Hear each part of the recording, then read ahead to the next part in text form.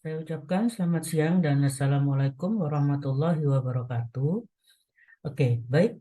Pada siang hari ini saya akan membahas materi tentang penurunan tekanan uap jenuh larutan untuk kelas 12, gitu ya. Tentunya kita akan membahas tentang soal dan penyelesaiannya, gitu ya. Jadi soal dan pembahasannya seperti apa, gitu ya. Oke, baik. Dari materi yang ada di video ini, saya berharap bisa membantu untuk kelas 12 ya, agar belajar kimianya untuk bab penurunan tekanan uap jenuh larutan ya, agar lebih mudah dimengerti, gitu ya, sehingga dalam menyelesaikan soal-soal bisa jauh lebih mudah, gitu ya. Oke, baik, seperti apa soalnya bisa kita ikuti sebagai berikut. Oke, baik. Yang pertama, sebanyak 9 gram zat non-elektrolit dan 360 gram air dengan MR18 dicampurkan dan ternyata tekanan uap larutannya adalah 40 mmHg. Jika tekanan uap jenuh air murni adalah 40,1 mmHg, maka berapakah MR dari zat tersebut? Gitu ya. Oke, baik, di sini mohon berhati-hati ya. Untuk tekanan uap larutan, di sini ada kata tekanan uap larutan, kemudian di sini ada kata tekanan uap jenuh air murni, gitu ya. Kalau ada kata air murni atau pelarut murni, itu artinya P0, gitu ya. Baik, kita bahas terlebih dahulu. Kita tulis apa yang diketahui dari soal, gitu ya. Yang pertama, yaitu zat X sebanyak 9 gram. Oke. Kemudian ada massa air yaitu 360 gram dengan MR18. Kemudian ada P saja ya. Tekanan uap larutan itu lambangnya P saja. Gitu ya. 40 mmHg. Sementara ini yang ada air murni lambangnya adalah P0 ya. P ada berderajat 0 di atasnya, gitu ya. Atau ada guru yang membacanya PO juga boleh, nggak ada masalah. Senilai 40,1 mmHg. Oke, kemudian nah yang ditanyakan adalah MR dari zat X. Oke. Nah, baik, langkah yang pertama, nah kita hitung mol airnya terlebih dahulu. Gitu ya. Kita bisa langsung dari sini, yaitu 360 dibagi 18. Gitu ya. Sehingga ketemunya adalah 20 mol. Ya, saya tuliskan 20 saja. Kemudian, nah perhatikan kalau ada seperti ini, ada P dengan P0, maka kalian cari, gitu ya, kalian cari delta P-nya. Nah, delta P dirumuskannya P0 dikurangi P. Ya, alias yang besar dikurangi yang kecil. Oke, maka, nah dari sini 40,1 dikurangi 40, maka hasilnya adalah 0,1. Baik, kalau sudah dari sini, ya, nah sekarang kita pakai rumus yang ada perkaliannya dari delta P. Itu ya. Nah, delta P dirumuskannya adalah XT dikalikan P0. Ya, ingat kalau ada segitiganya, ya, maka X-nya pakai XT alias terlarut. Nah, dalam hal ini, dalam soal ini, yang terlarut maksudnya adalah zat X. Oke, kalau sudah, maka, nah, delta P-nya adalah 0,1, kita ganti ini. Kemudian XT-nya, saya ubah menjadi mol X per mol X ditambah molnya air dikalikan P0.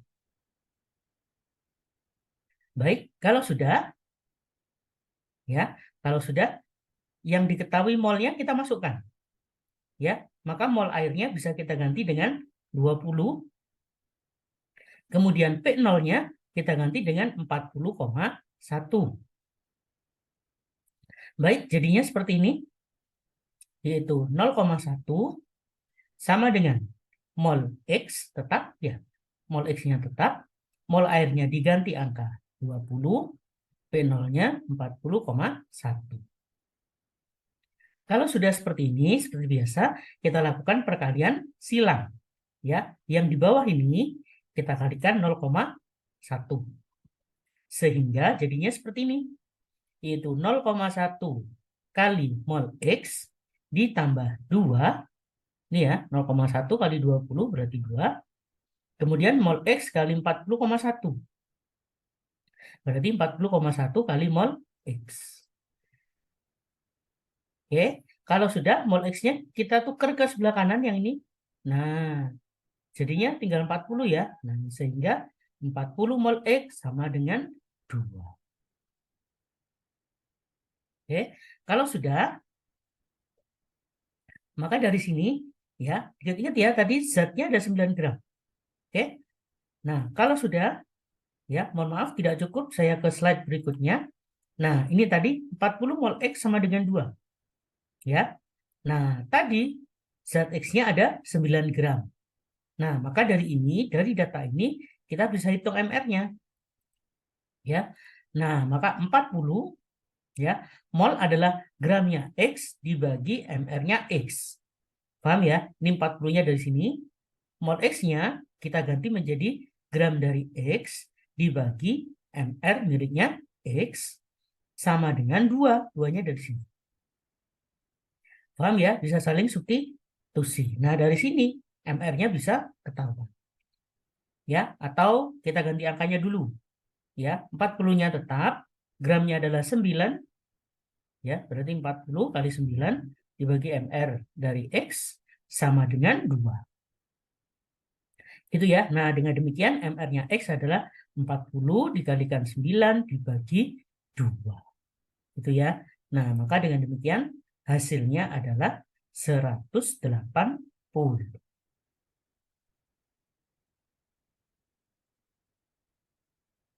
Oke, baik. Sudah bisa paham ya dari sini ya. Oke, baik. Soal berikutnya.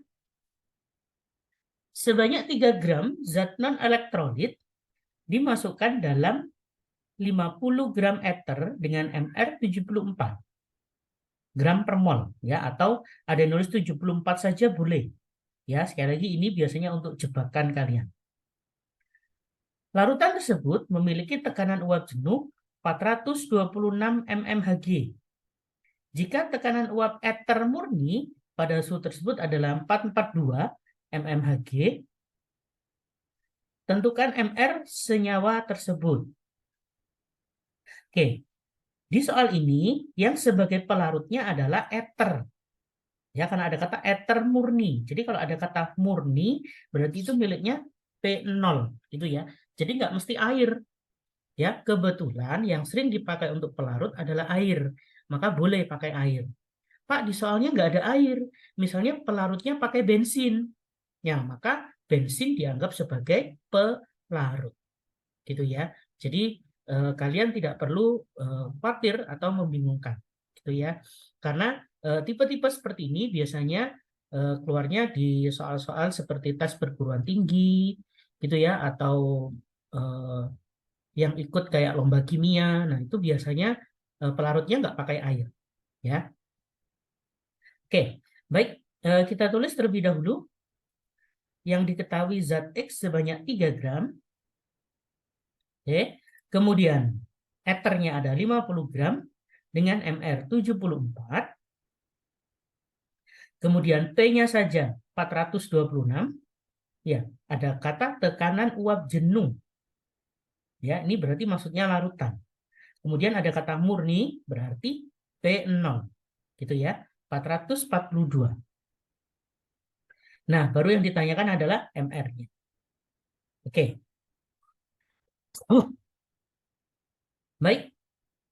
Yang pertama kita cari mol dari ether dulu, yaitu gram dibagi MR.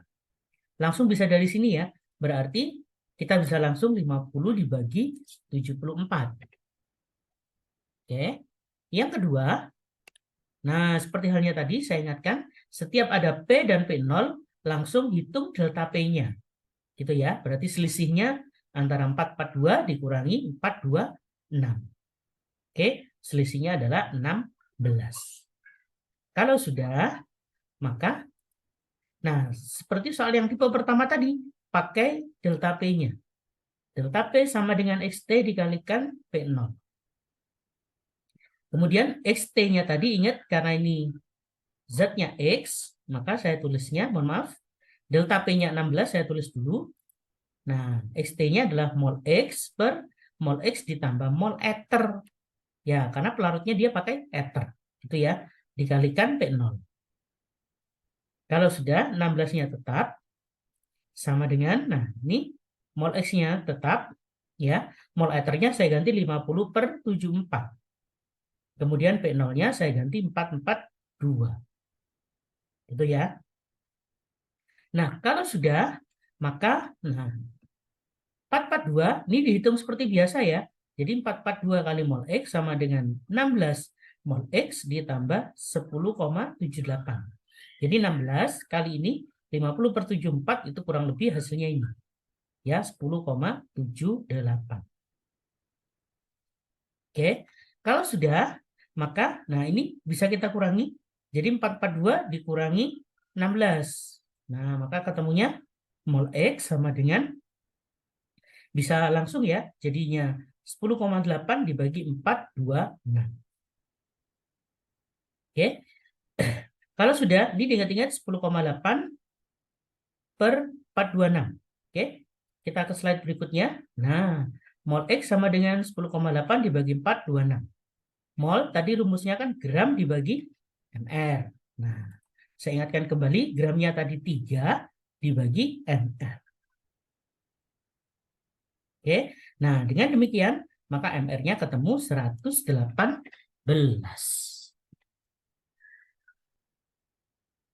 Oke, itu ya. Jadi tipe 1 dan 2 itu sebenarnya cara kerjanya sama.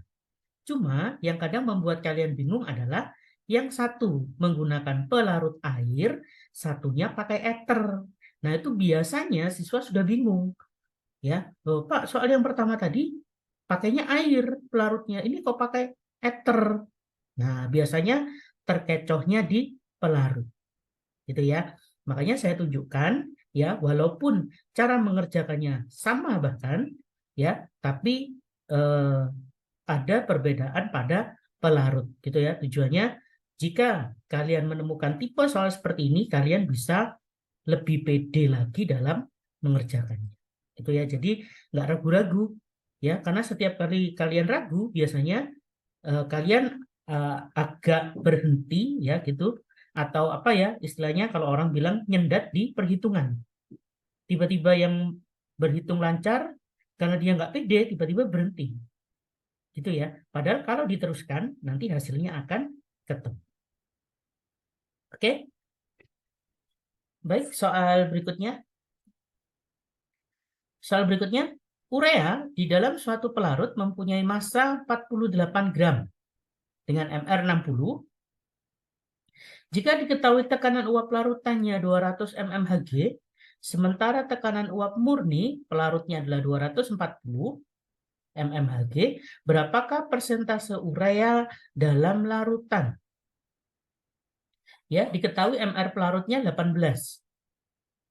Oke. Baik, yang pertama kita tulis urea dulu sebanyak 48 gram dengan MR 60. Oke. Nah, di sini karena pelarutnya 18, mohon maaf, maksud saya MR pelarutnya 18, yang sering kita hafal pasti pakai air.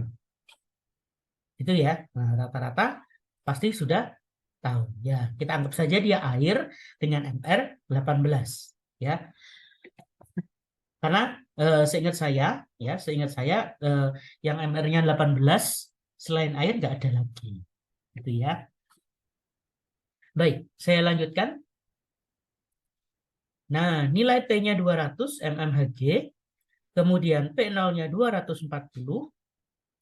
Nah, yang ditanyakan persentase urea. Oke. Baik, langkah yang pertama kita bisa menghitung mol ureanya dulu. Gitu ya. Langsung dari ini 48 dibagi 60 gram dibagi mr. Oke, sehingga ketemunya 0,8 mol. Yang kedua, kita bisa hitung langsung dari delta P-nya. Delta P sama dengan XT dikalikan P0. Maka ya, delta P-nya adalah 40, saya langsung bisa ya. Jadi selisihnya ini adalah 40 sama dengan XT, karena yang terlarut adalah urea, berarti molnya urea dibagi, ini molnya air ditambah mol urea. Itu ya. Jadi yang jelas di bagian bawah itu molnya dijumlah. Oke. Kalau sudah, maka 40-nya saya tulis tetap, mol ureanya saya ganti. Oke, jadinya 0,8 dibagi mol air ditambah 0,8 kali 240. Oke, sehingga molnya air ketemunya 4. Oke, bisa ya, dari sini saya kira kalian menghitung, ya, nanti ketemu molnya air ketemunya 4. Oke, baik, kalau sudah, ya, perhatikan di sini kembali, ya, karena molnya air ini 4 dan ureanya adalah 48 gram, oke. Nah, ini saya tulis ulang di sini. Ureanya tadi ada 48 gram, airnya ada 4 mol. Betul ya? Nah, sekarang kita hitung massa airnya dulu. Berarti airnya kan sudah ada 4 mol. Berarti langsung 4 kali 18. Berarti 72 gram. Nah, kalau sudah, maka pakai rumus persen urea. Sama dengan masanya urea taruh di atas, dibagi masanya urea ditambah masanya air. Karena ngomong larutan urea. Gitu ya. Kali 100%. Nah, kalau sudah, maka sama dengan, ureanya 48, berarti yang di atas, 48 per, itu 48 ditambah 72. Nah, banyak siswa yang salah, dia menghitungnya langsung 48 per 72. Di bagian bawahnya, dia lupa tidak ditambah lagi dengan 48. Ya, itu persentase yang sering sekali, kesalahan yang sering terjadi, maksud saya. Ya, jadi sekali lagi, persen urea dalam larutan, berarti yang dimaksud adalah masanya urea dibagi masanya urea ditambah massa air. Kan larutan. Gitu ya. Jadinya 48 dibagi 48 ditambah 72. Gitu ya. Maka yang bawah ini dijumlah dulu, baru nanti dibagikan dengan yang 100 ya, biar saling dicoret dengan yang 100, sehingga ya ketemunya adalah 40%. Oke. Nah, baik, soal berikutnya yang terakhir. Larutan non-elektrolit 45% diketahui mempunyai tekanan uap 21,7 cmHg. Jika tekanan uap pelarut murni 27 cmHg, tentukan MR senyawa tersebut. Nah, sekarang kalau ada persennya gini gimana cara mengerjakannya? Oke. Ya, saya tulis terlebih dahulu zat X non-elit, ya, non-elektrolit maksudnya 45%. Maka otomatis perhatikan, airnya adalah 55%. Yaitu selisih dari 100 dikurangi 45. Oke, paham ya? Jadi caranya seperti itu. Jadi anggaplah persen itu seperti gram. Gitu ya. Tapi kalau dijumlah harus 100. Ya, berarti zatnya adalah nanti 45 gram, airnya berarti 55 gram. Oke. Kemudian P-nya saja 21,7. Ya, satuannya mengikuti cmHg, P0-nya 27. Kemudian yang ditanyakan adalah MR-nya. Oke. Yang pertama dihitung mol dari airnya. Nah, berarti 55 dibagi 18. Jadi langsung ya, persen seperti tadi saya katakan dianggap seperti gram. Ya, berarti 55 gram dibagi 18. Sehingga ketemunya 3,05. Oke. Kemudian nah, delta P-nya saya tuliskan ya. Ini saling dikurangi, tentu saja yang besar dikurangi yang kecil ya. 27 dikurangi 21,7 sehingga ketemunya 5,3. Baru kemudian masuk ke rumusnya tadi. Delta P sama dengan XT dikalikan P0. Kalau sudah, ya delta P-nya 5,3 saya tuliskan. XT-nya adalah ini. Molnya ZX dibagi molnya X ditambah molnya air. Kali P0. Oke. Sehingga ini tetap 5,3. Ya. Mol X-nya tetap. Akhirnya kita ganti 3,05. P0-nya kita ganti 27. Oke. Nah, kalau sudah, ya nanti kalian hitung. Ya, dari sini saya kira kalian sudah bisa mengoperasikannya, di mana mol X adalah 3,05 kali 5,3 baru dibagi 21,7.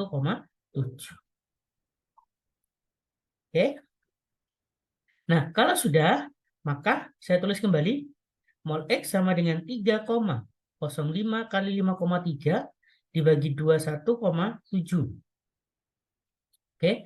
Nah, mol tadi kan rumusnya masih ingat ya, gram dibagi mr. Maka nah, gramnya adalah 45. Nah, 45% tadi maksudnya 45 dibagi mr sama dengan, nah ini kalau dikalikan ketemunya ini ya 16,165 dibagi 21,7. Nah, dari sini mr-nya ketemu 60,4. Gitu ya, atau boleh dibulatkan mr-nya menjadi 60. Ya, nggak ada masalah ya. Sekali lagi, karena tipe soalnya hanyalah sebagai latihan ya, maka kalau mungkin sekali lagi kalau hasilnya ada komanya, Pak MR kok ada komanya ya. Nah, maka kita bisa buat kesimpulan saja, bisa dibulatkan ke atas atau dibulatkan ke bawah gitu ya. Sekali lagi karena sifatnya hanyalah latihan. Oke. Nah, baik, inilah materi yang bisa saya bagikan pada hari ini. Ya, semoga bisa membantu kalian yang kelas 12 supaya belajar kimianya jauh lebih mudah. Ya, sekali lagi, semoga video ini bisa membantu kalian ya agar belajar kimianya jauh lebih mudah. Oke. Baik, sampai ketemu di video berikutnya. Saya ucapkan selamat siang dan wassalamualaikum warahmatullahi wabarakatuh. Ya, baik. Inilah yang bisa saya share untuk siswa-siswi sekalian. Ya, jadi bisa di-share ke teman-teman yang lain ya jika bermanfaat dan agar dapat membantu teman yang lainnya, gitu ya. Dan bisa di-subscribe untuk mendapatkan update videonya di tiap minggunya, gitu ya. Dan bagi yang menonton channel ini silahkan beri komentar yang positif di channel ini. Ya, itu saja yang bisa saya berikan kepada siswa-siswi sekalian, baik untuk yang kelas 10, kelas 11 maupun kelas 12. Ya, semoga channel ini dapat membantu untuk proses pembelajaran untuk siswa-siswa sekalian. Ya, baik, terima kasih atas waktunya. Assalamualaikum warahmatullahi wabarakatuh.